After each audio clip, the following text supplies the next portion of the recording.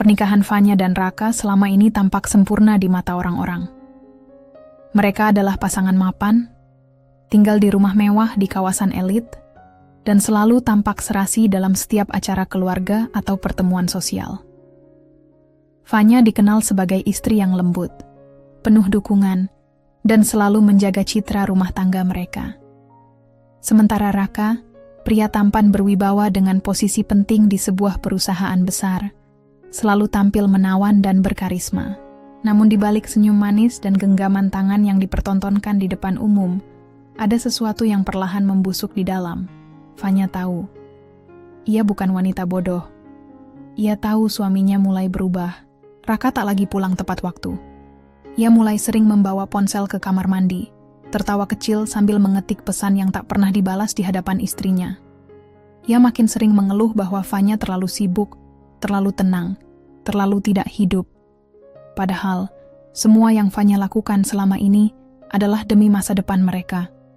Diam-diam, ia membangun sesuatu. Mimpi yang dulu mereka bicarakan bersama, tapi hanya ia yang masih mengingatnya. Ia membangun restoran. Bukan sembarang restoran, tapi tempat yang menjadi simbol perjalanannya. Dari hanya bisa memasak di dapur rumah kontrakan, hingga akhirnya mampu berdiri sendiri, perlahan menapaki anak tangga keberhasilan. Ia menyimpan semuanya rapat-rapat dari Raka. Bukan karena tak percaya, tapi karena ia ingin punya satu hal yang benar-benar miliknya. Sesuatu yang tidak bisa diambil siapapun, termasuk oleh pria yang kini tidurnya makin jauh darinya. Sudah beberapa bulan ini, Vanya merasakan dinginnya ranjang mereka. Raka tak lagi menyentuhnya dengan cinta. Tatapannya hampa, bibirnya sering berucap ketus. Bahkan saat mereka duduk berdua, keheningan yang menyesakkan lebih sering menjadi teman. Orang-orang bilang, pria yang berubah bukan tanpa alasan. Tapi Vanya tahu, alasan Raka bukan karena dirinya. Pria itu haus pujian, haus pengakuan. Dan saat ia mulai merasa tak jadi pusat perhatian istrinya, ia mencarinya di luar. Di tempat yang bisa membuatnya merasa lebih berkuasa, lebih diinginkan. Bahkan jika itu berarti mengkhianati sumpah yang dulu ia ucapkan di hadapan Tuhan. Vanya tidak pernah mengkonfrontasi secara langsung. Ia mengamati, menyusun potongan-potongan kecil dari kata, gerak-gerik, dan bisik-bisik kantor. Ia tahu, ada seorang wanita muda di kantor Raka yang terlalu sering muncul dalam percakapan. Seorang sekretaris baru yang cerdas dan menyegarkan, kata Raka. Namanya Nia. Dan malam itu, untuk pertama kalinya, Vanya memutuskan untuk mengikuti instingnya. Ia mengenakan gaun hitam sederhana, mengambil mobil sendiri, dan menuju restoran yang ia bangun dengan keringat dan air mata. Bukan sebagai pemilik, tapi sebagai istri yang ingin tahu kebenaran. Malam itu belum sepenuhnya gelap. Tapi hati Vanya sudah lama diliputi bayangan keraguan. Ia tidak tahu apa yang akan ia lihat nanti. Tapi ia tahu satu hal pasti. Jika kebenaran yang menyakitkan itu nyata, maka malam ini akan menjadi awal dari sesuatu yang tak pernah Raka bayangkan. Karena wanita yang disakiti dalam diam adalah wanita yang bisa menghancurkan dengan tenang. Malam itu, lampu-lampu restoran Étoile de Lumière bersinar seperti bintang yang jatuh dari langit. Di balik kaca bening yang membingkai ruangan elegan penuh cahaya lilin, terdengar denting alat makan beradu halus dan tawa para tamu yang bergema lembut. Pelayan berseragam hitam putih berjalan anggun membawa piring demi piring hidangan eksklusif. Restoran itu malam ini dipenuhi orang penting. Pengusaha, selebritas, pasangan elit kota, dan di antara semua kemewahan itu berdiri seorang wanita dengan gaun hitam polos dan mata tajam penuh tekad. Vanya berdiri di balik tirai kaca lantai 2, mengamati lantai bawah. Ia tak langsung turun.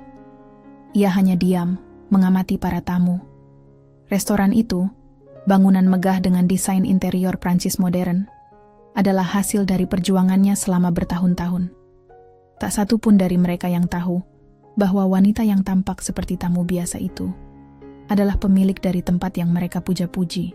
Pandangan Vanya lalu tertumbuk pada sosok yang familiar, Raka. Suaminya, ia duduk di meja pojok eksklusif, meja favorit yang hanya dipesan oleh pelanggan tetap atau VIP yang sangat dihormati. Di hadapannya duduk seorang wanita muda bergaun merah. Tubuhnya langsing, rambut ikal panjangnya dibiarkan jatuh di bahu, dan matanya memancarkan sorot kemenangan. Nia, bibir wanita itu bergerak cepat, sesekali menempelkan jari ke pipi Raka, dengan gaya menggoda. Raka tertawa kecil, meraih tangan Nia dan menggenggamnya di atas meja. Ia tampak rileks, terlalu rileks. Seakan lupa bahwa ia punya istri yang tengah memandanginya dari lantai atas. Dengan hati yang bergetar bukan karena cinta, tapi amarah yang disimpan terlalu lama. Vanya menatap mereka dalam diam. Tidak ada air mata, hanya perasaan seperti tersiram air dingin yang pelan-pelan menghapus sisa-sisa harapannya. Ia menuruni tangga dengan langkah mantap. Tiap anak tangga yang dilewati adalah simbol dari satu demi satu janji Raka yang hancur. Ia mengenakan sepatunya tanpa suara, namun tiap langkahnya menggema di dalam dada sendiri. Raka tidak menyadari kehadirannya sampai ia berdiri tepat di samping meja mereka. "Selamat malam," ucap Vanya dengan suara datar. Raka langsung terdiam. Wajahnya pucat, lalu seketika berubah menjadi tegang. Nia tersentak, lalu buru-buru menarik tangannya dari genggaman Raka. Wajahnya yang tadi begitu percaya diri kini terlihat kaku. "Vanya, kamu ngapain di sini?" tanya Raka dengan suara bergetar. Vanya menoleh pada Nia. "Apa kamu tahu bahwa pria yang sedang kamu pegang ini adalah suamiku?" Nia membuka mulut, tapi tak ada kata yang keluar. Raka langsung berdiri. "Vanya, ini bukan seperti yang kamu pikirkan." Vanya mengangkat alis. "Bukan? Lalu apa? Kalian sedang membicarakan laporan kerja di tengah anggur dan lilin?" Raka mencoba tertawa untuk mencairkan suasana, tapi tidak ada satupun yang lucu malam itu. Ia melirik sekitar. Beberapa tamu mulai memperhatikan mereka. "Ayo, kita bicara di luar. Jangan buat malu," bisik Raka. Tapi Vanya tak bergerak. Ia menatapnya lurus, dingin. "Aku tidak malu, Raka. Tapi kamu seharusnya malu. Terutama karena kamu lupa satu hal penting." Raka mengerutkan kening. "Apa maksudmu?" Vanya tersenyum tipis. Ia melambaikan tangan, dan seorang pria mendekat. Ia tinggi, berkacamata, dan mengenakan jas hitam elegan. Ia membungkuk sopan pada Vanya. "Ada yang bisa saya bantu, Bu?" "Ya, Dito. Tolong sampaikan ke Pak Dani kalau saya ingin pembaruan kontrak staf segera dilakukan, termasuk Raka." Raka menatap Dito dengan bingung. "Kau siapa?" Dito tersenyum sopan. "Saya manajer operasional dari perusahaan tempat Anda bekerja, dan juga teman lama Bu Vanya."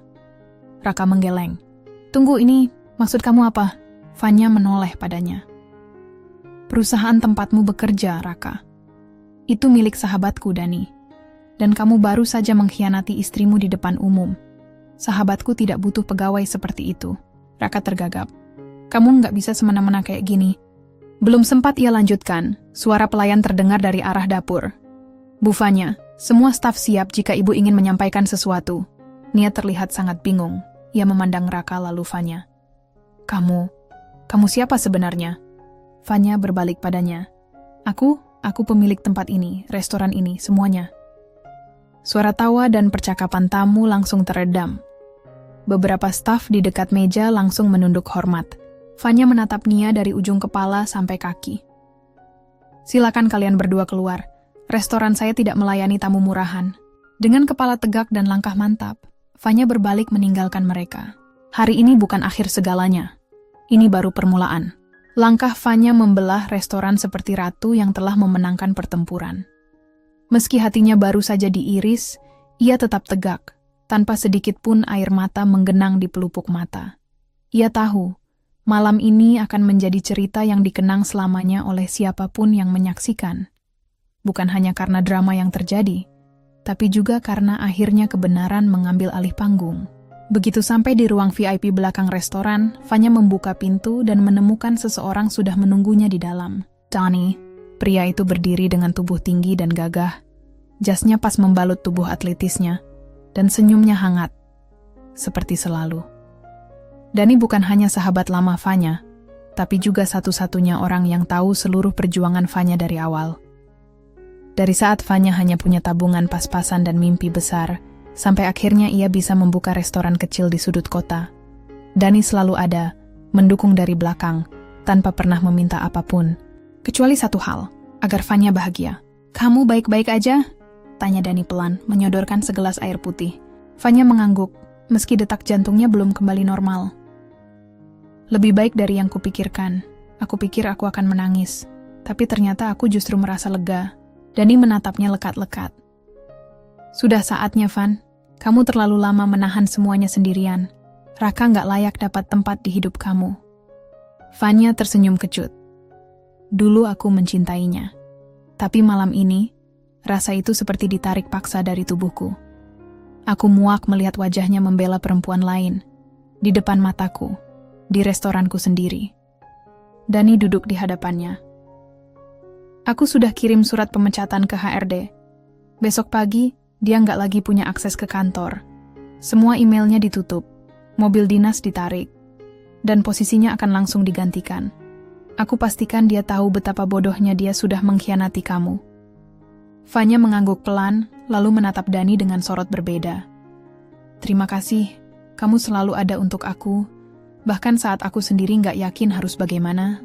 Dani mengusap tengkuknya, lalu bicara dengan nada lebih tenang, namun terasa sangat tulus. Aku nggak pernah anggap kamu sekadar sahabat, Van, sejak dulu. Tapi aku tahu kamu mencintai Raka. Jadi aku memilih diam. Aku cuman nggak tahan lihat kamu disakiti terus-terusan. Dan kalau kamu izinkan, aku ingin jadi seseorang yang ada untuk kamu. Bukan cuma sebagai penonton. Vanya membeku sejenak, matanya menatap tangan Dani yang terulur di atas meja. Ia tidak langsung menjawab. Hatinya masih belum sepenuhnya utuh. Tapi untuk pertama kalinya, ia merasa tidak sendiri. Aku belum siap memulai apapun dan, bisiknya jujur. Dani tersenyum kecil. Aku nggak butuh jawaban sekarang. Aku akan tetap di sini seperti biasa.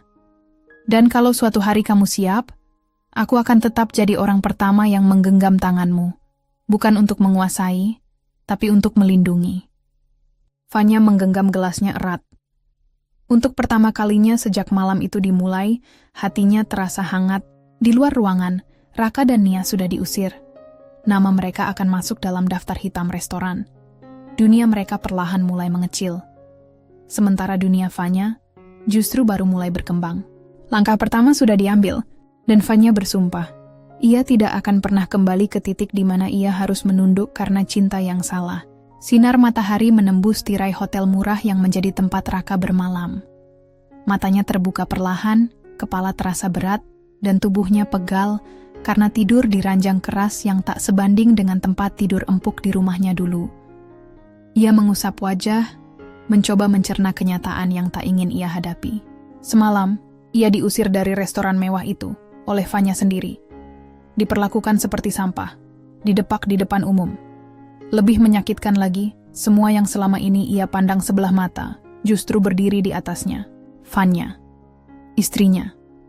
Wanita yang selama ini ia abaikan, yang ia kira hanya istri rumahan biasa, ternyata adalah pemilik restoran tempat ia berselingkuh. Lebih dari itu, perusahaan tempatnya bekerja selama 5 tahun terakhir, ternyata milik sahabat Vanya, Dani. Dan sekarang, dia bukan siapa-siapa. Ponselnya berbunyi, ia buru-buru meraihnya. Satu pesan masuk. Dari HRD Kantor Pusat, kepada Bapak Raka Wibowo.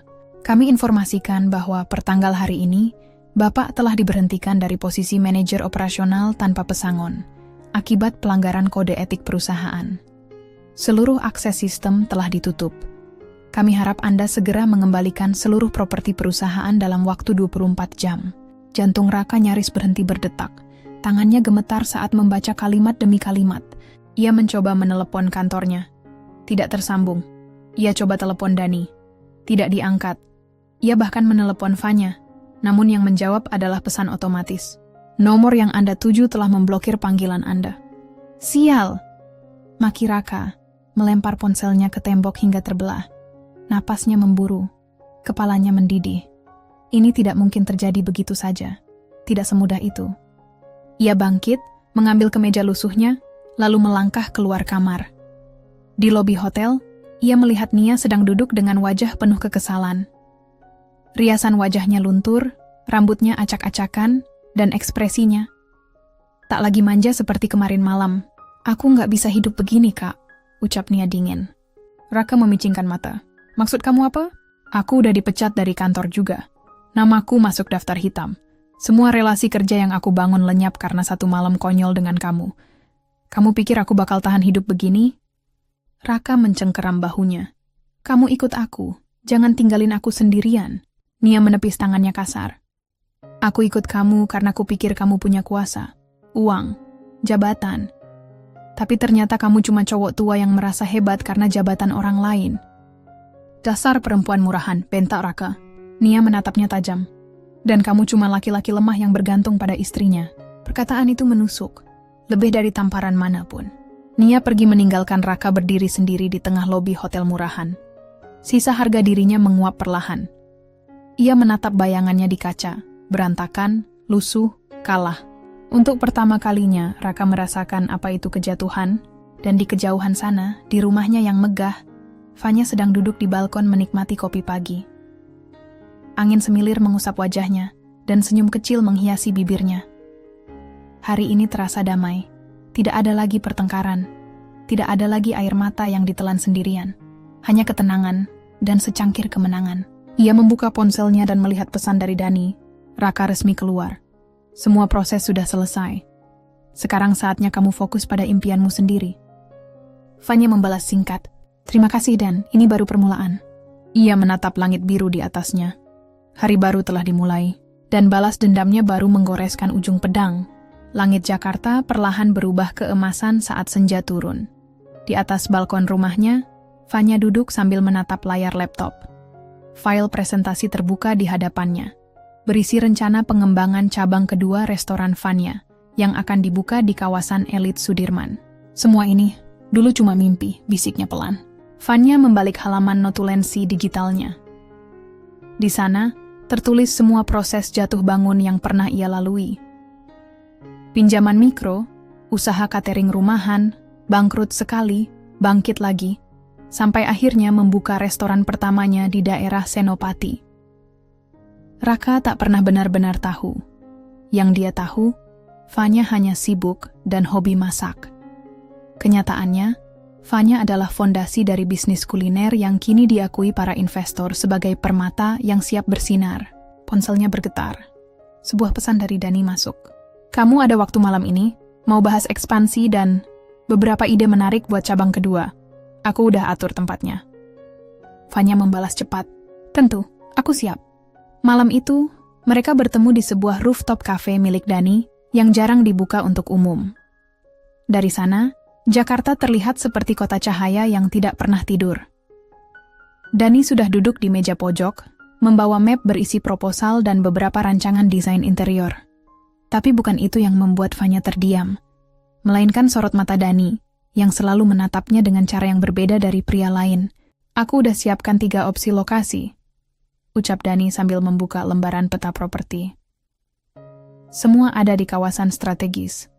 Kita bisa ambil konsep rooftop lounge yang elegan, atau yang full glass seperti cabang pertamamu. Fanya tersenyum kecil. Kamu tahu, dulu aku selalu pikir nggak akan bisa punya satu restoran aja. Tapi sekarang kita bicara soal cabang kedua. Kamu hebat, Van, kata Dani dengan suara rendah. Bukan cuma karena kamu cerdas, tapi karena kamu nggak pernah berhenti berjuang. Aku lihat kamu dari nol. Dan sekarang, kamu berdiri di atas semuanya. Sendiri. Dulu aku nggak sendiri Dan, ujar Fanya pelan. Aku pikir aku punya pasangan yang mendukung, tapi ternyata dia cuma numpang bersinar dari cahaya yang bukan miliknya. Dani menatap Fanya lekat-lekat. Tapi sekarang kamu benar-benar bersinar, tanpa bayang-bayang siapapun. Fanya mengangguk. Dan sekarang aku ingin rencana baru, tanpa beban masa lalu. Mereka melanjutkan pembahasan soal restoran hingga larut malam. Tapi dalam hati Fanya, ada satu pintu yang perlahan terbuka. Pintu ke masa depan yang ia bangun sendiri. Tanpa lelaki yang mengkhianati, tanpa cinta yang menyakitkan. Hanya kepercayaan, kemauan, dan kekuatan yang telah ia pupuk bertahun-tahun. Saat malam hampir habis, Dani berdiri dan mengantar Fanya ke mobilnya. Van, katanya sebelum pintu mobil ditutup, kalau suatu hari kamu ingin bukan cuma partner bisnis, tapi partner hidup, kamu tahu aku di mana. Fanya terdiam. Ia tidak menjawab, tapi untuk pertama kalinya, ia tidak menutup hati. Mobil melaju perlahan meninggalkan kafe. Di tempat lain, Raka duduk di halte kosong, tanpa arah. Tangan gemetar, mata merah. Ia telah mencoba menelepon beberapa koneksi lamanya, Semuanya menolak bicara dengannya. Nama baiknya hancur. Dan yang lebih menyakitkan, satu-satunya wanita yang selalu ada untuknya, kini telah pergi, berdiri lebih tinggi dari siapapun. Raka memejamkan mata dan bersandar. Hujan turun perlahan membasahi tubuhnya. Ia kini benar-benar kehilangan segalanya. 2 hari setelah pertemuan dengan Dani, Vanya kembali ke restorannya lebih awal dari biasanya. Ia mengenakan kemeja putih sederhana dan celana bahan krem, jauh dari tampilan CEO restoran mewah. Tapi justru itu yang membuatnya istimewa. Ia menyatu dengan tempat yang ia bangun dari nol, menyapa staf dengan senyum tulus, dan mengecek dapur seperti biasa, tanpa formalitas berlebihan. Namun pagi itu berbeda. Saat ia sedang duduk di ruang kantornya, seorang staf resepsionis datang mengetuk pintu dengan wajah bingung. "Bu Vanya, ada seorang wanita mencarimu. Katanya penting. Ia bilang ini soal suami ibu." Vanya mengangkat alis. Nama wanita itu? Namanya Sarah. Vanya berpikir sejenak. Nama itu asing. Namun ia merasa ini bukan pertemuan biasa. Ia mengangguk dan mempersilakan Sarah masuk. Wanita itu masuk dengan langkah ragu. Usianya sekitar akhir 20-an, rambut panjang dikepang sederhana, dan wajahnya tampak lelah. "Maaf, saya mengganggu, Bu, tapi saya butuh bicara. Ini soal Raka." Vanya menutup laptopnya perlahan. "Silakan duduk. Katakan apa yang perlu saya tahu." Sarah duduk dengan tangan gemetar. "Saya mantan rekan kerja Raka di kantor sebelumnya. Kami sempat dekat, tapi waktu saya hamil, dia menghilang, tidak mau bertanggung jawab. Dan saat saya mencoba menghubungi, ia mengancam akan menghancurkan reputasi saya kalau saya bicara ke siapapun." Vanya menahan napas. Ia menatap wanita itu lama, memastikan ini bukan skenario palsu. Sarah mengeluarkan amplop dari tasnya, isi foto USG, dan beberapa bukti chat lama. Vanya membacanya perlahan, hati berdegup keras. Kata-kata dalam chat itu dingin, kejam, dan egois. Sangat mencerminkan siapa sebenarnya Raka. "Kenapa sekarang kamu datang padaku?" tanya Vanya pelan. "Karena saya tahu sekarang kamu berani melawan dia. Dan saya ingin ikut membalas. Saya sudah diam cukup lama. Anak saya sekarang sudah 3 tahun. Tapi rasa sakit itu belum pergi. Saya tidak mau dia menyakiti perempuan lain lagi, Bu." Vanya mengangguk perlahan. "Terima kasih sudah datang. Kamu tidak sendiri lagi." Dalam beberapa menit, Vanya telah memanggil tim legalnya. Ia tak hanya ingin Raka kehilangan pekerjaan dan reputasi, tapi juga menghadapi konsekuensi hukum dari semua tindakannya. Dengan bukti yang Sarah bawa, ia bisa melaporkan Raka atas pengabaian tanggung jawab dan pencemaran nama baik. Setelah Sarah pergi, Dani menelepon. "Kamu kelihatan serius banget," katanya di ujung telepon setelah mendengar cerita Sarah. "Kamu yakin mau buka luka ini lebih lebar?" "Ini bukan luka, Dan. Ini kenyataan. Dan semakin banyak aku tahu, semakin aku sadar, aku dulu buta." Dani terdiam beberapa saat. "Kamu nggak perlu menanggung semua ini sendirian." Vanya tersenyum kecil. "Aku tahu, tapi aku juga nggak akan diam saat tahu ada perempuan lain yang pernah dihancurkan oleh suami yang dulu aku pertahankan mati-matian." Hari itu, Vanya menyusun daftar orang-orang yang pernah terlibat dengan Raka. Mantan rekan bisnis, mantan rekan kerja, hingga beberapa perempuan yang pernah jadi korban diam-diam. Ia ingin tahu seberapa dalam luka yang Raka tinggalkan. Dan satu persatu, cerita mulai terbuka. Sementara itu, di tempat lain, Raka duduk di warnet tua, mencoba melamar kerja secara online. Semua email balasan adalah penolakan. Bahkan lowongan yang hanya meminta posisi staf gudang pun menolaknya begitu tahu namanya. Ia tidak tahu bahwa masa lalunya sedang mengejarnya.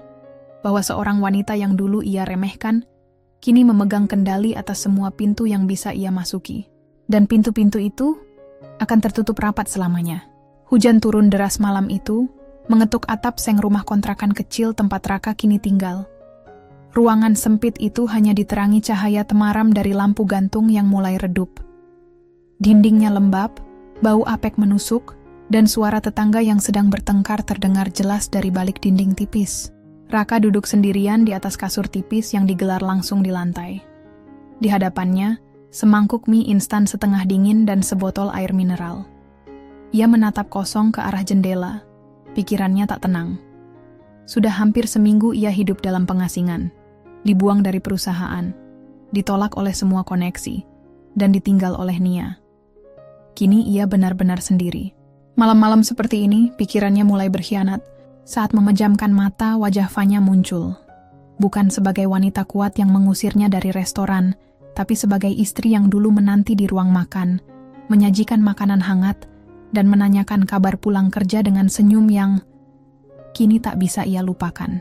Raka memejamkan mata lebih dalam, dan mimpi buruk datang menghampiri. Ia berjalan di lorong panjang, gelap dan sunyi. Suara tumit sepatu perempuan menggema di kejauhan. Ia berlari mengejar, namun tak pernah berhasil menyusul. Sampai akhirnya ia tiba di sebuah restoran mewah. Restoran yang dulu mengakhiri segalanya. Di sana, Fanya berdiri mengenakan gaun merah darah. Di sampingnya berdiri Dani dengan tangan menggenggam erat milik Fanya. "Raka," suara Fanya terdengar tenang namun dingin. "Kau tak punya tempat di sini."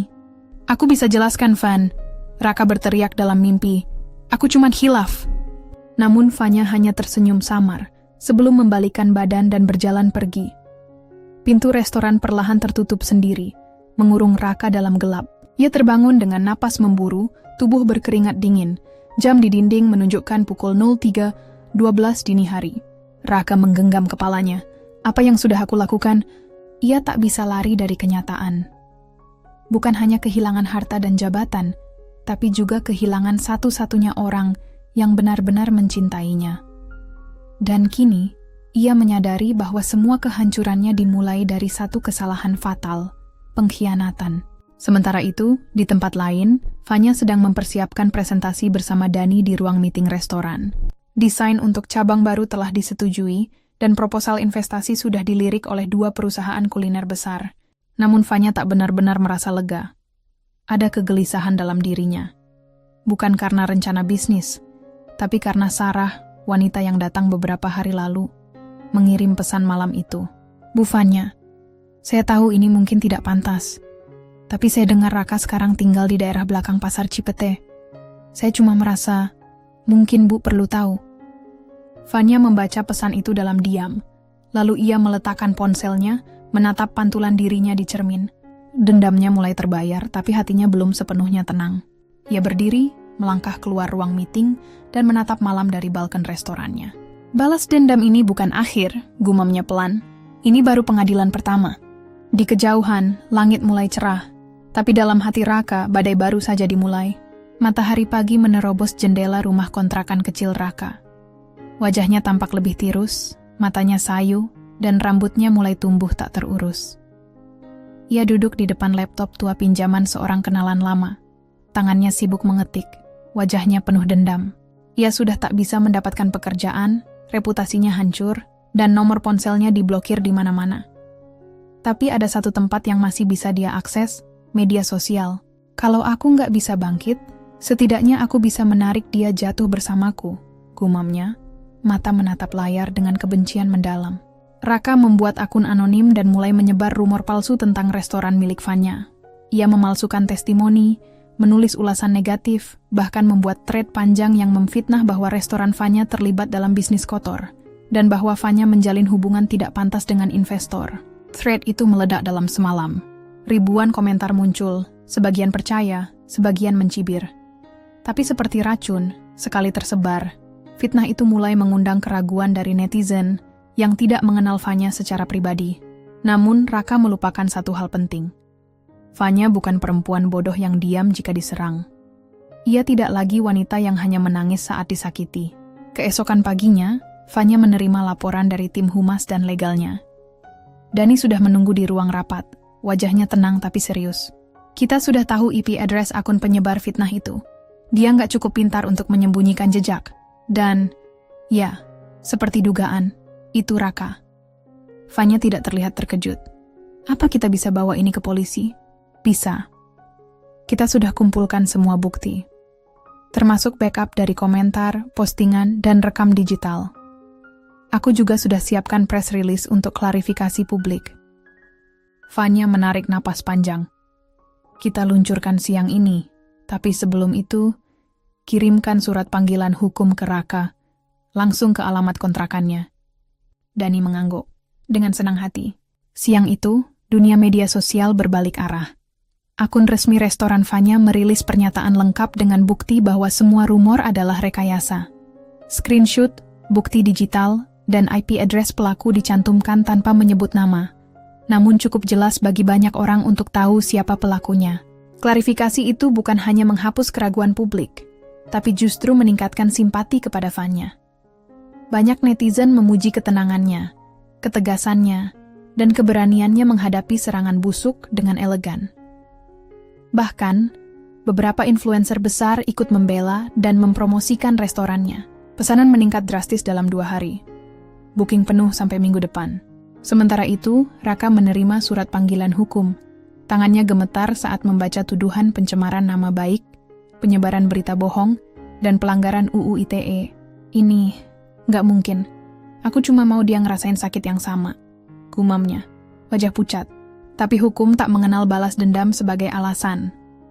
Ia mulai panik, mencoba menghubungi beberapa pengacara murah, namun semuanya menolak menangani kasusnya. Nama Raka sudah terlalu buruk untuk disentuh siapapun. Di pojok kamar kontrakan ia terduduk lemas. Semua upaya menyerang Vanya justru berbalik menikam dirinya sendiri. Dari layar ponselnya, berita tentang restoran Vanya yang makin sukses memenuhi feed. Dan di salah satu unggahan, terlihat foto Vanya dan Dani tersenyum bersama, merayakan pencapaian 1 juta pengikut di media sosial. Raka meletakkan ponselnya. Tangannya menutupi wajah. Kini ia tak hanya kehilangan masa depan, tapi juga kehormatan. Senja menurunkan cahaya keemasan ke jendela kaca restoran Vanya. Ia duduk di ruang VIP, memandangi gelas kopinya yang mulai dingin. Setelah semua yang terjadi dalam seminggu terakhir, fitnah Raka, penyebaran berita bohong, hingga pemberitaan viral, Vanya merasa dadanya penuh, seolah ada yang belum selesai. Ketika pintu ruangan diketuk dan terbuka perlahan, masuklah sosok yang sudah lama tak ia temui. Dira, sahabat kuliahnya. Wanita dengan rambut pendek sebahu dan tatapan tenang itu menatap Vanya dengan senyum canggung. Aku pikir kamu nggak akan mau ketemu aku lagi setelah semua ini, kata Dira pelan, duduk di hadapan Vanya. Vanya tersenyum samar. Kupikir kamu nggak akan pernah muncul lagi dalam hidupku. Keduanya terdiam beberapa saat. Hanya suara sendok menyentuh piring yang terdengar dari luar ruangan. Dira menarik napas panjang. Aku harus minta maaf. Bertahun-tahun lalu, aku tahu Raka selingkuh. Aku lihat sendiri dia dengan sekretarisnya waktu itu, di kafe dekat kantormu. Mereka gandengan tangan. Aku hampir memotretnya. Tapi aku takut.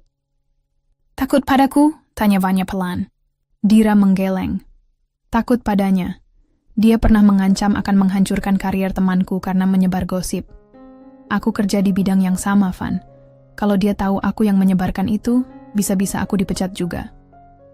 Vanya mengangguk pelan. Aku mengerti. Aku merasa bersalah banget, lanjut Dira. Matanya mulai berkaca. Kamu sahabatku. Dan aku diam. Aku lihat kamu terus berjuang mempertahankan rumah tangga yang ternyata penuh racun. Aku pengkhianat. Vanya menyentuh tangan Dira. Kamu bukan pengkhianat. Kamu juga korban dari orang yang sama. Dira terisak. Kalau saja aku lebih berani. Vanya tersenyum lembut. Mungkin memang harus terjadi begini supaya aku bisa berdiri di titik ini. Supaya aku sadar bahwa aku terlalu lama menaruh cinta pada orang yang salah. Dira menghapus air matanya. Kamu kuat, Van. Lebih kuat dari siapapun yang aku kenal. Mereka duduk berdua dalam keheningan penuh pengertian. Dira akhirnya memberanikan diri menunjukkan satu hal lagi. Sebuah flash disk kecil. Ini, rekaman CCTV lama. Aku kenal anak itu di kantor lama Raka. Kami simpan ini karena takut dia akan hapus semua jejak. Rekaman ini menunjukkan dia sering bawa perempuan ke kantor saat kamu keluar kota. Vanya menatap flash disk itu lama. Jantungnya berdegup pelan. Terima kasih. Ucapnya dengan nada yang tak bisa ditebak. Malam itu setelah Dira pulang, Vanya memutar rekaman itu sendirian. Wajah Raka muncul di layar monitor, berjalan mesra dengan wanita-wanita berbeda, tertawa, bahkan mencium salah satu dari mereka di ruang meeting kantor. Semuanya terekam jelas, tanpa malu. Tangannya gemetar, tapi bukan karena marah, melainkan karena rasa iba. Izinkan aku membalasmu dengan cara yang lebih dari sekadar kata, bisiknya pada layar. Kini Vanya tahu, ia memiliki senjata terakhir yang bisa mengubur Raka. Bukan hanya di dunia sosial, tapi secara hukum dan profesional. Dan ia berniat menggunakannya. Pagi itu, langit tampak cerah, seolah semesta memberi restu atas keputusan besar yang akan diambil Vanya. Di ruang kerjanya yang elegan, ia duduk dengan tenang, sementara Dani dan 2 orang dari tim legalnya berdiri di hadapannya. Flashdisk berisi rekaman arahan. CCTV sudah terpasang di laptop.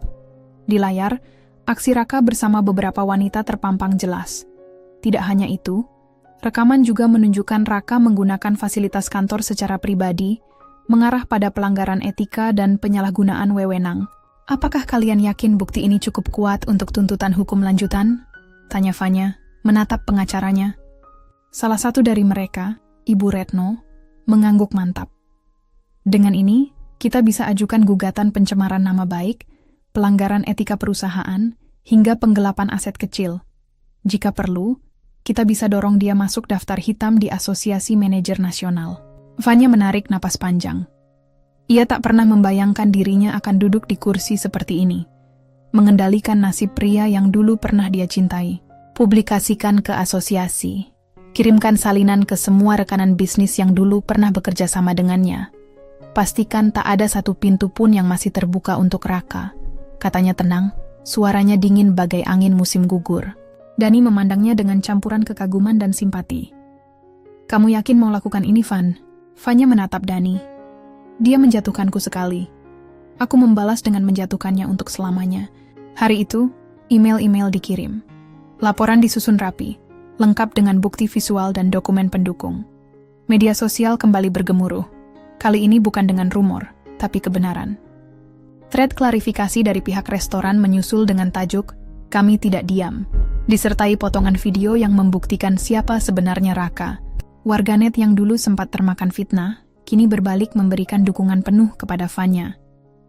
Tagar respect Vanya dan wanita berani menjadi tren selama 2 hari berturut-turut.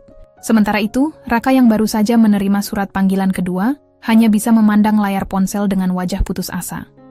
Ia mencoba menelepon satu-satunya koneksi yang mungkin bisa menyelamatkannya, Direktur HR tempat lamanya bekerja. Namun jawaban yang ia terima hanyalah, "Maaf Pak Raka, nama Anda sudah masuk daftar hitam internal. Kami tak bisa bantu lagi." Ponsel itu jatuh dari tangannya. Ia terduduk di lantai kontrakan yang mulai bocor di sudut atapnya. Dunia terasa makin sempit. Napasnya sesak. Ia mencoba menghubungi Nia. Tak aktif. Ia pergi tanpa jejak, membawa barang-barangnya tanpa pamit. Dan untuk pertama kalinya, Raka sadar, ia tidak hanya kehilangan Vanya, ia telah kehilangan segalanya. Reputasi, karier, wanita yang ia kejar, bahkan harga dirinya sendiri. Sementara itu, Vanya menatap dirinya di cermin ruang ganti restoran. Matanya tajam, pundaknya tegap, dan wajahnya kini bukan lagi istri yang dikhianati, melainkan wanita yang menang. Namun di balik kemenangan itu, tersisa satu luka yang belum sembuh. Rasa cinta yang dulunya begitu tulus, kini telah berubah menjadi kenangan pahit, yang hanya pantas dikubur dalam-dalam. Lampu kristal berkilauan dari langit-langit aula restoran cabang baru Vanya yang berlokasi di pusat kota. Malam itu adalah malam gala besar-besaran, perayaan pembukaan resmi cabang ketiga restoran milik Vanya yang telah menyita perhatian banyak investor.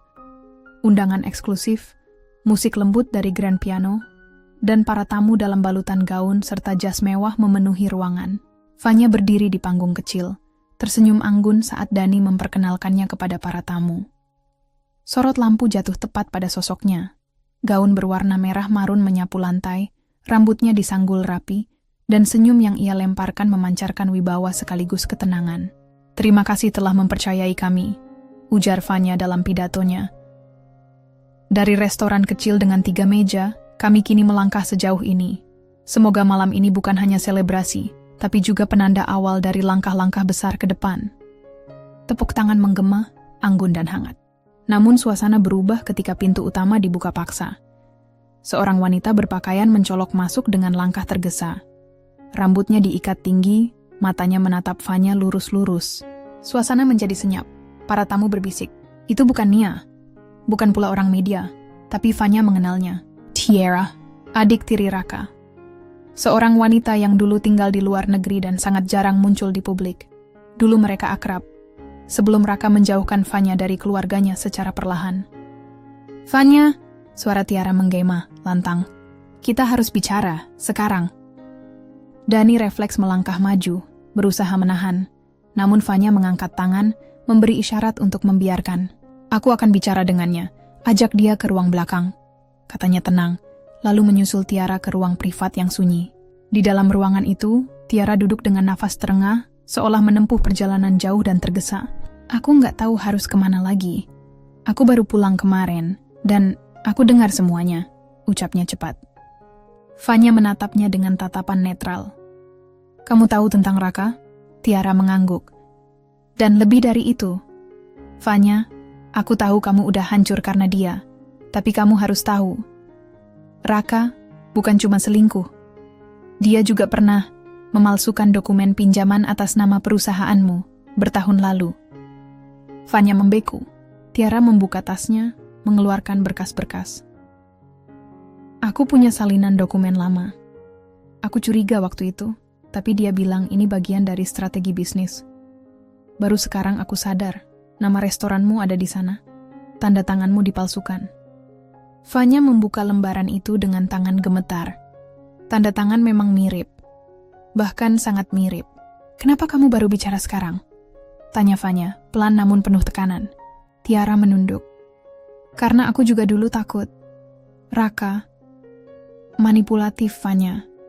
Dia pakai nama kamu, uang kamu, dan membangun koneksi pribadi lewat atas nama bisnismu. Tapi aku udah nggak tahan lagi. Aku harus bersihkan namaku.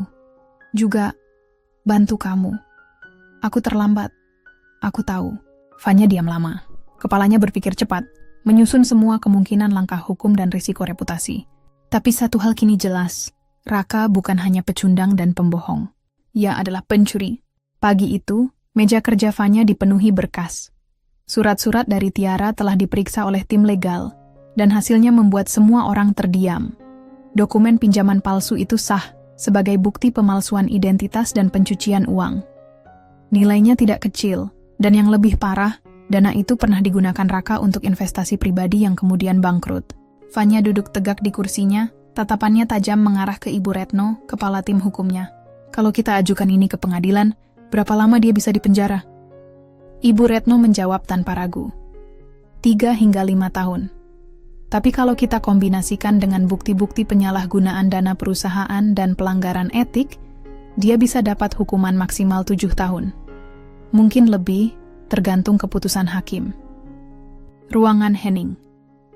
Dani berdiri di samping, menunggu keputusan Fanya. Sorot matanya tak biasa, seakan menyadari, langkah ini bukan hanya tentang balas dendam, tapi soal menutup satu bab kehidupan selamanya. Fanya bangkit dari kursinya, melangkah ke jendela besar di belakangnya. Di luar, kota bergerak seperti biasa. Tapi di dalam dirinya, badai sudah terlalu lama mengendap. "Aku bisa permalukan dia di media. Aku bisa bikin dia jadi bahan cibiran seumur hidup. Tapi itu artinya aku menyeret namaku juga. Restoranku, reputasiku," katanya pelan. Dani mengangguk. "Dan kalau kamu pilih jalur hukum, dia masuk penjara, diam-diam, tanpa banyak bicara. Tapi dia keluar sebagai pecundang yang kalah di balik jeruji, bukan di depan dunia." Fanya menoleh menatap Dani. "Menurutmu?" Dani menatap Fanya dalam-dalam, lalu berkata, "Aku di sini bukan untuk menyarankan, tapi untuk mendukung. Tapi jika kamu tanya hatiku, dia harus merasakan hancur yang tidak bisa dia tunjukkan. Supaya dia tahu, dunia tak harus tahu kamu kalah karena kamu kalah di dalam." Fanya mengangguk. Jawabannya sudah ada.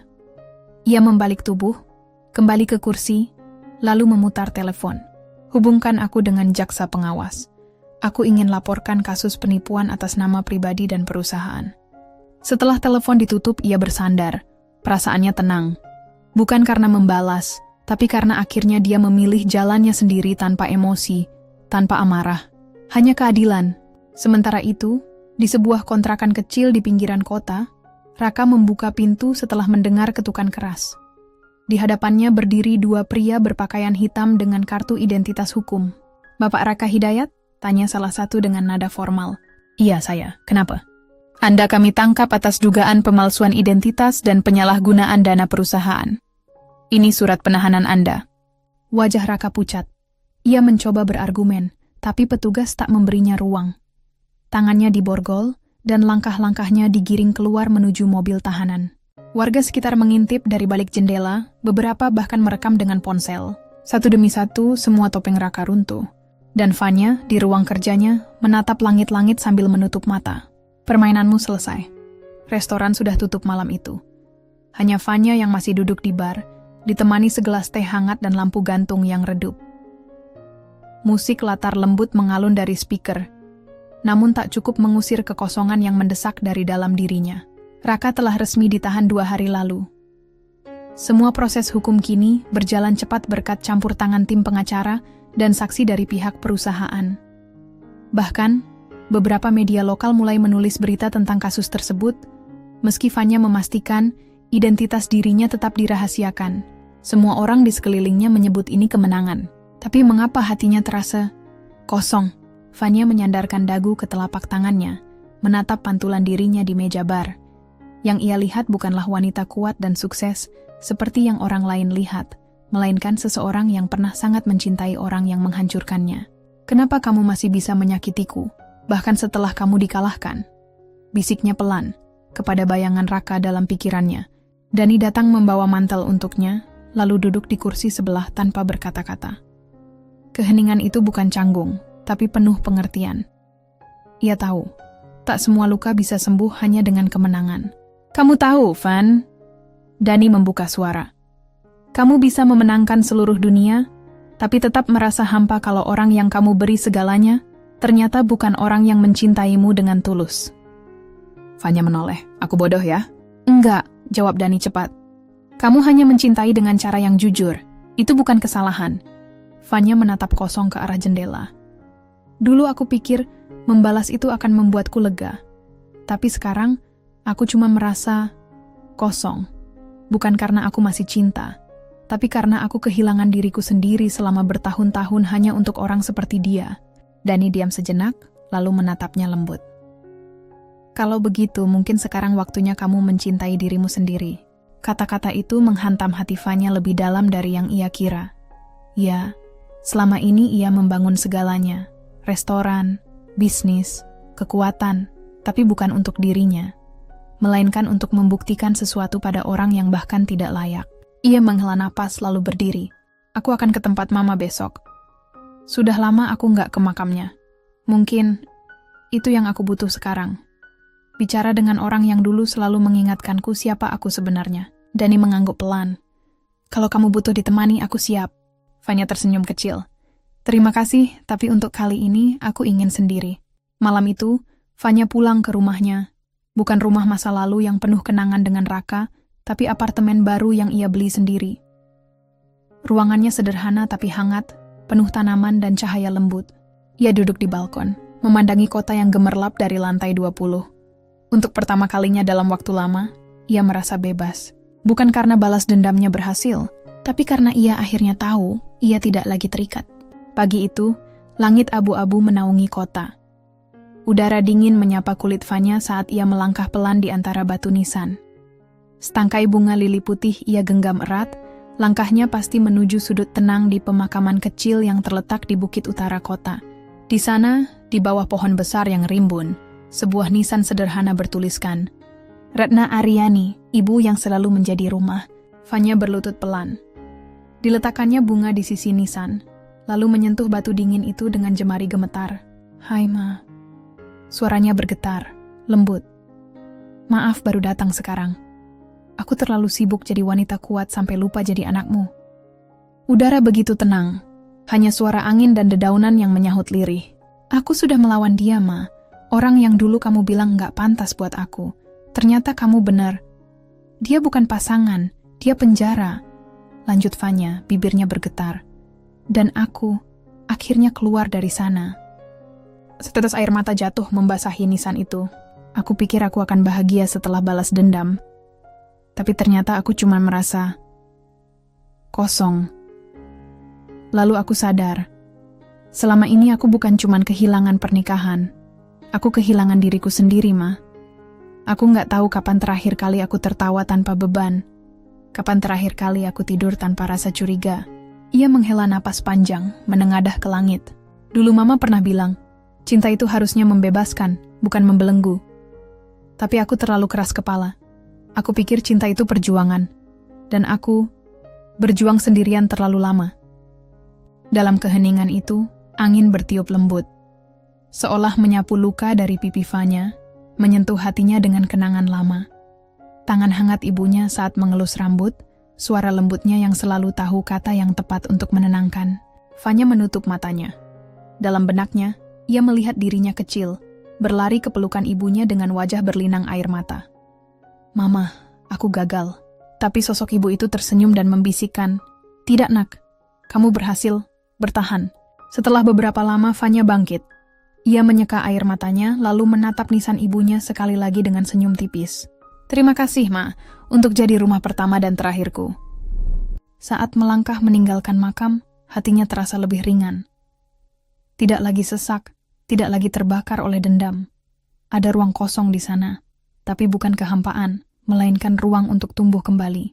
Di perjalanan pulang, Vanya melewati taman tempat ia dulu sering duduk bersama ibunya. Ia memutuskan berhenti sejenak. Di bangku kayu tua yang sedikit lapuk, ia duduk, menatap anak-anak kecil berlarian.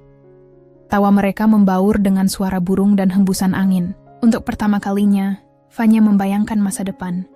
Bukan tentang Raka, bukan tentang membalas, tapi tentang dirinya, tentang menjadi wanita yang tidak hanya kuat karena luka, tapi juga lembut karena mampu memaafkan diri sendiri. Sore itu, langit menjingga seperti dilukis dengan kuas lembut. Vanya baru saja keluar dari toko bunga kecil di sudut kota. Hendak kembali ke apartemennya ketika matanya menangkap sosok yang familiar. Berdiri di seberang jalan, mengenakan jas biru tua dan menatap ke arah yang sama. Dirinya. Laki-laki itu tersenyum kecil, ragu-ragu melangkah ke seberang. Vanya membeku. Butuh beberapa detik sebelum ingatannya menyusun ulang nama dan masa lalu yang ikut bersamanya. Raihan, sapanya pelan, hampir tak percaya. Pria itu tertawa ringan. Akhirnya kamu masih ingat aku juga. Raihan, pria yang dulu pernah duduk di sebelahnya selama 2 tahun di kampus. Yang sering mengantar pulang dengan alasan, kebetulan searah, padahal rumahnya 2 arah berlawanan. Pria yang diam-diam menulis puisi tentangnya, tapi tak pernah mengungkapkan perasaannya. Karena Vanya saat itu terlalu sibuk jatuh cinta pada Raka. Apa kabar? Vanya menyambut jabatan tangannya, hangat dan kokoh. Lebih baik setelah lihat kamu. Serius, jawab Raihan sambil tersenyum ramah. Kamu masih secantik dulu. Vanya tertawa, dan untuk pertama kalinya sejak semua kekacauan itu terjadi, tawanya terdengar lepas. Seperti gadis di usia 20-an yang belum tahu betapa kerasnya hidup. Mereka berjalan beriringan menuju kafe kecil di dekat taman. Mengobrol tentang kehidupan, pekerjaan, dan masa-masa kuliah yang dulu mereka lewati bersama. Raihan kini bekerja sebagai arsitek interior dan baru kembali ke kota setelah 5 tahun tinggal di luar negeri. Waktu aku balik dan lihat salah satu restoranku ternyata dihias dengan gaya khas kamu. Aku tahu, itu pasti Vanya, katanya sambil menyesap kopinya. Vanya tersenyum kecil.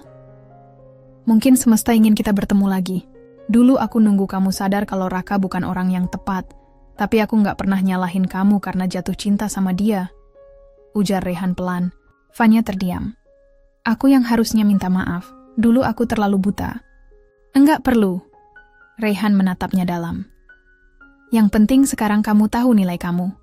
Dan kamu pantas dicintai tanpa harus berkorban sampai habis. Kalimat itu menampar lembut hatinya. Vanya mengangguk, menatap Raihan lebih dalam. Ada kedewasaan di matanya. Ada ketulusan yang tak banyak bicara tapi terasa. Saat matahari tenggelam, mereka berpisah di bawah lampu jalan. Raihan menggenggam tangannya sebentar, hangat dan penuh harapan. Kalau kamu belum bosan dengan seseorang yang selalu punya alasan untuk tetap dekat, aku masih orang yang sama. Vanya tak langsung menjawab. Tapi senyumnya, yang muncul tulus dan tenang, sudah lebih dari cukup untuk memberi harapan. Malam itu, di balkon apartemennya, Vanya menatap langit dan tersenyum kecil. Bukan karena Raihan datang sebagai pahlawan, tapi karena ia sadar. Ia sudah cukup kuat untuk membuka hatinya lagi, bukan untuk menggantikan, tapi untuk menyembuhkan. Hari-hari berikutnya, kehadiran Raihan membawa warna baru dalam hidup Fanya. Bukan dalam bentuk kejutan besar atau gestur romantis berlebihan, tapi lewat hal-hal sederhana. Pesan selamat pagi, tawa ringan saat makan siang, dan kehadiran yang tak pernah memaksa. Hubungan mereka tumbuh pelan, seperti tunas yang tak tergesa, tapi kokoh mengakar. Suatu sore, Raihan mengundang Fanya ke proyek arsitektur interior terbarunya. Sebuah galeri seni kecil yang tengah direnovasi. Saat mereka melangkah ke dalam ruangan yang masih penuh debu dan kayu, Fanya mengernyit heran melihat salah satu dindingnya yang sudah dicat putih bersih. Di sana, tergantung sebuah kanvas besar yang menggambarkan siluet seorang wanita berdiri di depan cermin retak. Tapi dari pecahan-pecahan cermin itu, justru terpancar cahaya. "Aku melukis ini sendiri," kata Raihan pelan. Judulnya Perempuan yang Tumbuh dari Luka.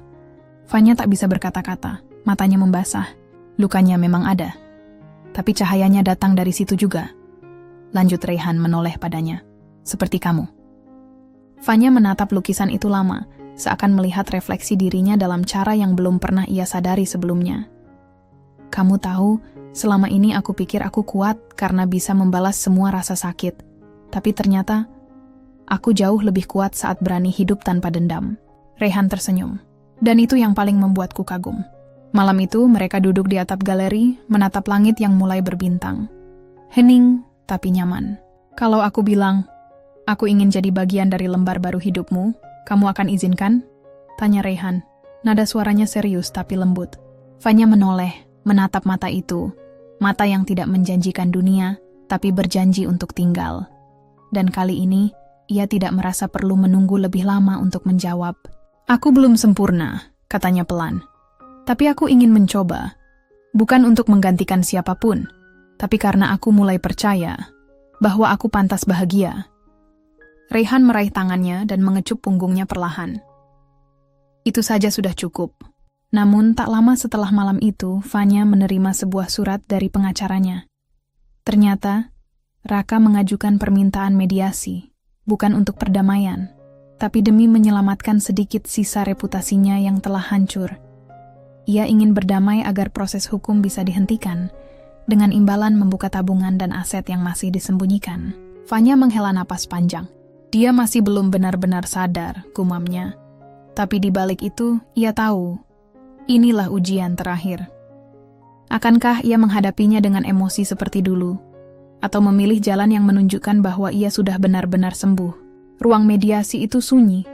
Hanya suara detik jam dinding yang terdengar jelas. Fanya duduk tegak di sisi kiri meja panjang dari kayu jati. Rambutnya digelung rapi, wajahnya tanpa ekspresi, hanya sorot mata yang tajam dan mantap. Di seberangnya, Raka masuk dengan langkah terburu-buru. Jasnya kusut, wajahnya lelah, tapi masih dengan gaya bicara yang arogan. "Fanya," sapanya singkat lalu duduk tanpa menunggu aba-aba. Pengacara mereka membuka dokumen, menjelaskan maksud mediasi, pembagian harta bersama, penyelesaian aset, dan penutupan kasus atas permintaan Raka. Pria itu mencoba menyelipkan senyum, seolah ingin menunjukkan sikap damai. Tapi Fanya tetap dingin. "Aku tahu kamu marah, Van," ucap Raka akhirnya. "Tapi kita bisa selesaikan ini baik-baik. Kita sama-sama pernah cinta." Fanya menatapnya lama. "Kita pernah cinta, ya. Tapi kamu memilih menghancurkannya tanpa berpikir dua kali." "Aku khilaf," potong Raka cepat. "Dan aku kira kamu bukan perempuan pendendam." Fanya tersenyum miring. "Aku bukan. Karena kalau aku pendendam, kamu nggak akan duduk di sini hari ini. Kamu sudah hancur sejak malam itu." Raka terdiam. Nada Fanya tenang tapi mengiris. "Jadi, kamu mau berdamai?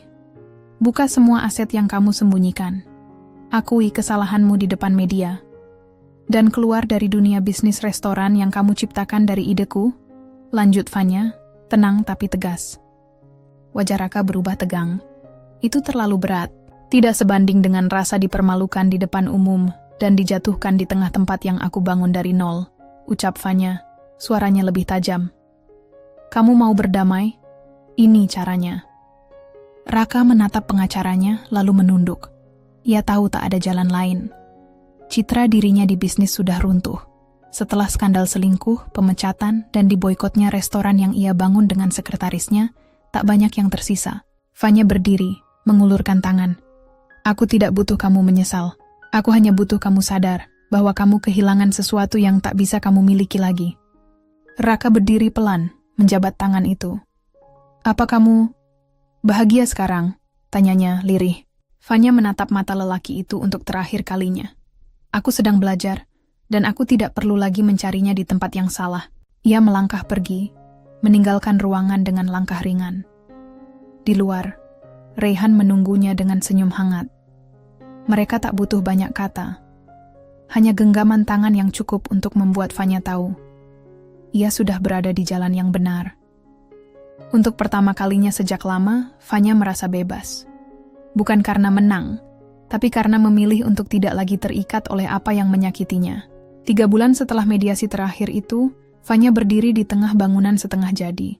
Bukan restoran mewah berlangit-langit tinggi, bukan juga tempat berlampu kristal dan pelayan berseragam hitam putih.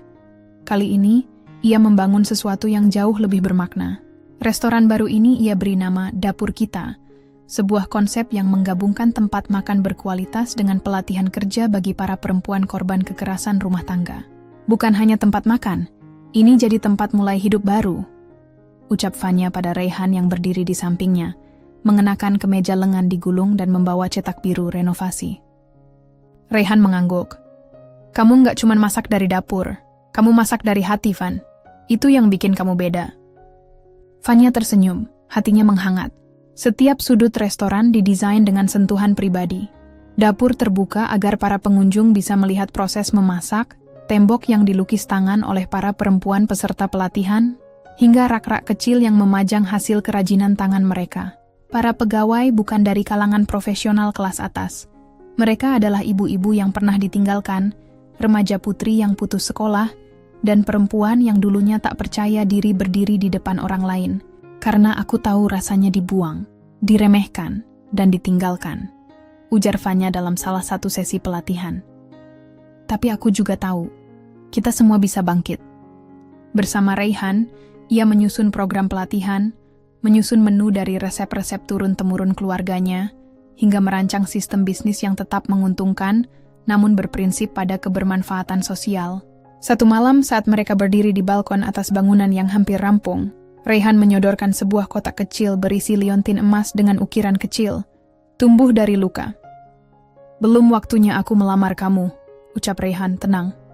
Tapi ini untuk mengingatkan kamu, kalau kamu bukan sekadar selamat, kamu berkembang.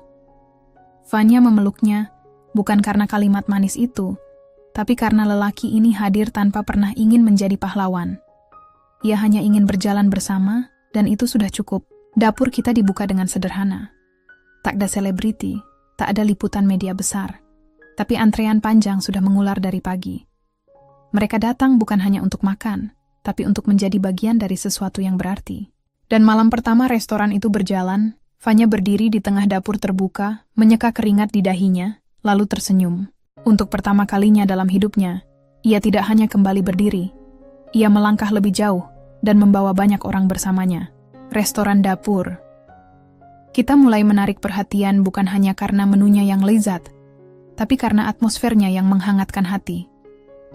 Setiap pelanggan bukan sekadar datang untuk makan, tapi untuk merasakan kehadiran, bahwa makanan bisa menjadi jembatan dari luka menuju harapan. Salah satu hidangan andalan mereka bernama sup kenangan. Resep dari mendiang ibu Vanya yang dulu selalu ia masak ketika keluarga sedang dilanda masalah. Sup sederhana berisi rempah lokal, dan kaldu ayam kampung itu menjadi simbol kehangatan masa lalu yang tak ingin dilupakan, tapi juga tak ingin diratapi. Seorang food blogger ternama menulis, "Di dapur kita, kamu tidak hanya makan, kamu sembuh." Berita itu menyebar cepat. Tak lama, restoran Vanya menjadi topik utama di berbagai media nasional. Undangan wawancara berdatangan, namun Vanya tetap merendah. Ia lebih suka berdiri di dapur, ikut mengiris bawang, menyambut tamu dengan celemek di badan, daripada tampil di televisi. Tapi di balik semua sorotan itu, bayangan masa lalu belum sepenuhnya pergi.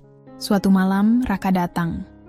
Mengenakan pakaian sederhana, wajahnya terlihat lebih tua dari terakhir kali Vanya melihatnya. Ia berdiri di depan pintu restoran, canggung dan terdiam cukup lama sebelum akhirnya berbicara. "Aku dengar, tempat ini milikmu." Vanya mengangguk. "Ya." Raka menunduk. Aku kehabisan semua yang dulu aku banggakan. Mayang meninggalkanku 2 bulan lalu, dan bisnis kami bangkrut. Tak ada rasa puas di hati Fanya. Hanya kesadaran bahwa yang ia perjuangkan bukan untuk membuat orang lain hancur, tapi agar dirinya sendiri bertumbuh. Aku cuma ingin bilang, kamu menang, Van, lirih Raka. Fanya menghela napas. Aku nggak pernah anggap ini perlombaan, Ra. Tapi kalau memang kamu kesini untuk minta maaf, aku terima. Bukan karena aku masih peduli, tapi karena aku nggak mau lagi ada beban yang menggantung. Raka menatap matanya, lalu tersenyum getir. Kamu jauh lebih kuat dari yang pernah aku bayangkan. Setelah itu, Raka pergi. Fanya kembali ke dapur, menatap perempuan-perempuan yang tertawa di antara aroma wajan dan kaldu mendidih. Dulu aku berpikir, balas dendam adalah satu-satunya cara bertahan, katanya pada Raihan malam itu. Ternyata, membangun dan memberi jauh lebih menyembuhkan. Raihan menggenggam tangannya, menatap penuh bangga. Dan kamu telah menyembuhkan banyak hati, termasuk hatiku. Restoran itu terus tumbuh. Kini mereka membuka cabang di kota sebelah, dengan misi yang sama, menjadi tempat pemulihan lewat cita rasa. Fanya berdiri di depan cermin kamar, mengenakan gaun sederhana dari linen putih. Ia tersenyum pada bayangannya. Bukan karena semua sudah sempurna, tapi karena ia tahu. Luka-luka yang dulu ingin ia sembunyikan, kini menjadi alasan banyak orang bisa percaya bahwa mereka pun bisa bangkit. Matahari pagi menyinari halaman belakang dapur kita. Daun-daun bergoyang lembut diiringi semilir angin. Di tengah halaman itu berdiri pelaminan sederhana dari kayu dan kain putih, dihiasi bunga-bunga liar yang dipetik dari taman sendiri. Hari itu, Fanya menikah. Bukan dengan kemewahan berlebihan, bukan dengan ribuan tamu, melainkan dengan kehangatan keluarga baru yang ia bangun dari reruntuhan masa lalu. Di barisan kursi tamu, para perempuan yang dulu ia latih kini menjadi sahabat, saudara, dan saksi perjalanannya. Raihan berdiri di ujung pelaminan, menatapnya dengan mata berkaca. Lelaki itu tidak datang membawa janji sempurna, tapi menawarkan kebersamaan yang nyata. Sejak awal, ia hadir bukan untuk menyelamatkan Fanya, melainkan untuk menemani langkah-langkah kecilnya menuju pemulihan. Langkah Fanya pelan, namun mantap menuju pelaminan. Gaunnya tidak berkilau, tapi senyumnya memancar. Ia tahu, ini bukan sekadar hari pernikahan, ini hari kemenangannya atas masa lalu. Saat akad terucap, air mata mengalir di pipi beberapa tamu. Tapi bukan tangis duka, melainkan haru yang hangat. Tentang perempuan yang bangkit dari pengkhianatan, membangun dari luka, dan kini menemukan tempat pulang yang baru. Setelah acara selesai, Fanya berdiri di dapur bersama Raihan, masih mengenakan gaun pengantin, tangannya sibuk mengaduk adonan kue. Para pegawai yang sudah seperti keluarga ikut membantu sambil tertawa. Kamu tahu, kata Raihan sambil mencubit adonan, kita satu-satunya pengantin baru yang malam pertamanya dihabiskan di dapur. Fanya tertawa, menatap lelaki itu penuh cinta. Dapur ini saksi semuanya, dari air mata sampai tawa, dari pengkhianatan sampai cinta. Tak lama kemudian, seorang reporter muda dari media sosial lokal datang mewawancarai Fanya untuk konten kisah perempuan inspiratif. Di akhir wawancara, reporter itu bertanya, "Kalau bisa bicara ke dirimu di masa lalu, apa yang ingin kamu sampaikan?" Fanya tersenyum. Ia menatap kamera dengan mata jernih. Aku ingin bilang, terima kasih sudah bertahan. Karena semua luka itu bukan akhir, tapi awal dari sesuatu yang jauh lebih indah. Kamu nggak kalah. Kamu cuma sedang disiapkan untuk menang. Dan di sanalah ia berdiri. Seorang perempuan yang tak lagi mencari validasi dari orang lain. Yang sudah berhenti membuktikan dirinya kepada dunia, karena kini ia tahu siapa dirinya. Seorang istri yang pernah dikhianati. Seorang pemilik restoran yang membangun dari nol. Seorang pejuang yang memilih bangkit, bukan membalas. Seorang perempuan yang menciptakan akhir yang baru untuk dirinya dan untuk banyak hati yang ikut sembuh bersamanya. Akhir cerita tidak. Ini hanyalah bab baru dari hidup yang kini sepenuhnya milik Fanya. Terima kasih sudah mendengarkan Tika bercerita. Semoga kita selalu diberikan kesehatan dan kebahagiaan yang berlimpah. Jangan lupa like dan subscribe agar kalian tidak ketinggalan video terbaru dari kami.